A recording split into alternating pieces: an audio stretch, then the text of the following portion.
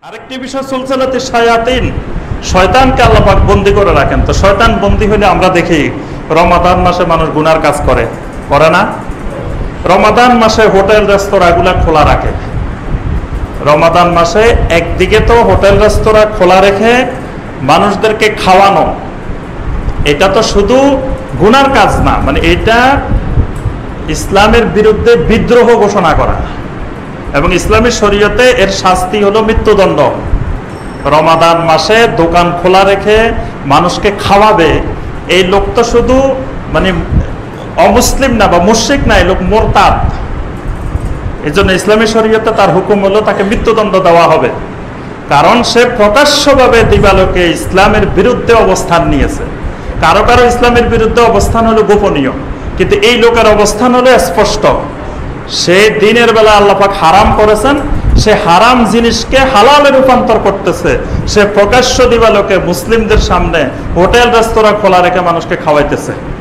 তাহলে এই লোক তো শয়তানের চেয়েও আরো বড় শয়তান, ইবলিসের চেয়েও বড় ইবলিস। তা আল্লাহ পাক, আল্লাহ রাসূল সাল্লাল্লাহু আলাইহি ওয়াসাল্লাম বলতেছে রমজানে শয়তানকে বন্দী রাখা হয়। তাহলে মানুষ গুনার কাজ করে কেন? গুনার কাজ করার কারণ হলো শয়তান দুই রকমের। আল্লাযী ইউওয়াসবিসু ফি সুদুরিন নাস মিনাল জিন্নাতি ওয়ান নাস, মিনাল জিন্নাতি ওয়ান নাস। যে শয়তান আল্লাহ পাক বন্দী করেন এটা হলো মিনাল জিন্নাহ, জিনের। তো রমজান মাসে একটি জিনিস খুব সুন্দর, সেটি হলো মুনাফিক মানে মুশরিক চিনা, শয়তান চিনা সহজ।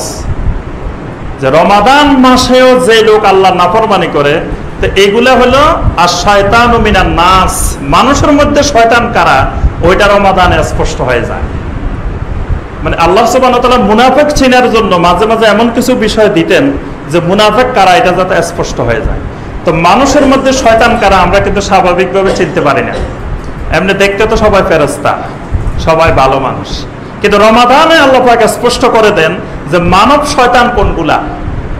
মানে ওই শয়তান বন্দী করার পরেও যারা আল্লাহর নাফরমানি রমাদানে করতে থাকে সেগুলা হলো মানুষ শয়তান। সেগুলা ওই শয়তানের তাসির লাগে না, সে নিজে যখন শয়তান হয়ে যায় তখন আর ওই শয়তানের দরকার কি? সে তো শয়তানের ওস্তাদ, বরং ওই শয়তান তার থেকে ট্রেনিং নিবে। তো এই জন্য রমাদানে সুলসিলাতে শায়াতিন, আল্লাহ পাক জিন শয়তানকে বন্দী করে রাখেন, কিন্তু মানুষ শয়তান রমাদানে বহাল থাকে। এই জন্য মানুষ শয়তান যারা, তারা দেখবেন রমাদানে হোটেল রেস্টুরেন্ট সব খোলা রেখে মানুষকে খাওয়াইতেছে। তারপরে রমাদান মাসেও দ্রব্যমূল্যের অতিরিক্ত দাম বৃদ্ধি করে দিচ্ছে বিনা প্রয়োজনে রোজাদারদেরকে কষ্ট দেওয়ার জন্য। তারপরে রমাদানের খাবার, ইফতারি সাহারি, এই খাবারের মধ্যে ভেজাল মিশাইতেছে, ফল ফলাদির মধ্যে ফরমালিন মিশাইতেছে, তারপরে ওজনে কম দিতেছে। এগুলো রমাদান মাসেও করতেছে। অর্থাৎ এই মানুষগুলোই হলো আর শয়তান মিনান নাস, জিন্নাতগুলো আল্লাহ পাক বন্দী করে রাখেন রমাদানে। কারণ নবী সাল্লাল্লাহু আলাইহি ওয়াসাল্লামের এই বক্তব্য ওহী, এই ব্যাপারে বিন্দুমাত্র সন্দেহের কোনো অবকাশ নাই। জিন শয়তান পুরা রমাদান মাস আল্লাহ পাক বন্দী করে রাখেন, কিন্তু মানুষ শয়তানকে আল্লাহ বন্দী করেন না। ওই মানুষ শয়তান এই রমাদানে আল্লাহ নাফরমানি করে।